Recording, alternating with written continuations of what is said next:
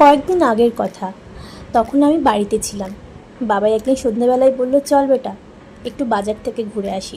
তো আর কি, রেডি সেডি হয়ে বাবাইয়ের সঙ্গে বেরিয়ে পড়লাম। আর চিনতে পারছো এটা কোন জায়গা? সোনাঝুরি হাটের কথা কেই বা না জানে, কিন্তু এই অন্ধকার ঘুটঘুটে সোনাঝুরির হাট কি তোমাদের কি চেনা জায়গাটাকে সূর্য অস্ত যাওয়ার পর বেশ অচেনা লাগে। একদম চারিদিক নিস্তব্ধ হয়ে যায়, ঘুটঘুটে অন্ধকার, গাছগুলো যেন আবার নতুন সূর্যের অপেক্ষায় আর অনেক অনেক মানুষের অপেক্ষায় দাঁড়িয়ে থাকে ঠাঁই। তো আর কি, আমি আর বাবাই দুজন মিলে অন্ধকার রাস্তার মধ্যে দিয়ে পৌঁছে গেলাম হচ্ছে বাজারে। যারা ওখানকার মানুষ তারা রাস্তাঘাট একদম চিনতে পারবে, তাদের কাছে কিছুই মনে হবে না। ভিডিওতে বেশিরভাগ অন্ধকার ছাড়া কিছুই দেখতে পাবে না তেমন। শুধুমাত্র আমি শান্তিনিকেতন সোনাঝুরির রাস্তাটা সন্ধ্যের পরে কেমন লাগে সেটা দেখানোর জন্যই কিন্তু ভিডিওটা করেছিলাম।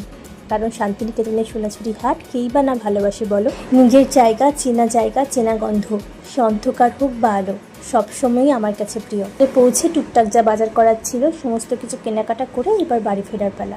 আমরা কিন্তু সঙ্গীত প্রেমী মানুষ, যেখানে যাই সেখানেই গুনগুন করে গান গাইতে থাকি। তাই বাজার শেষে বাড়ি ফেরার পথে জুড়ে দিলাম গান। বাবা মেয়ে মিলে ছোট থেকেই অভ্যেস আমার। তো চলো এবার বাড়ি ফেরা যাক। সেদিনের সোনা ঝরা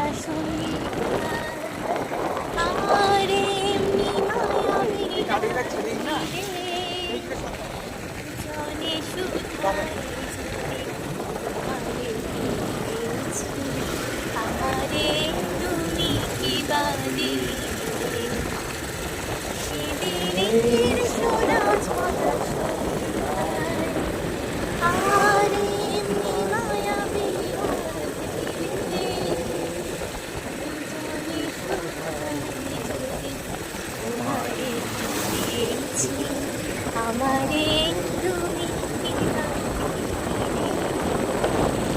মনে সোনার রঙের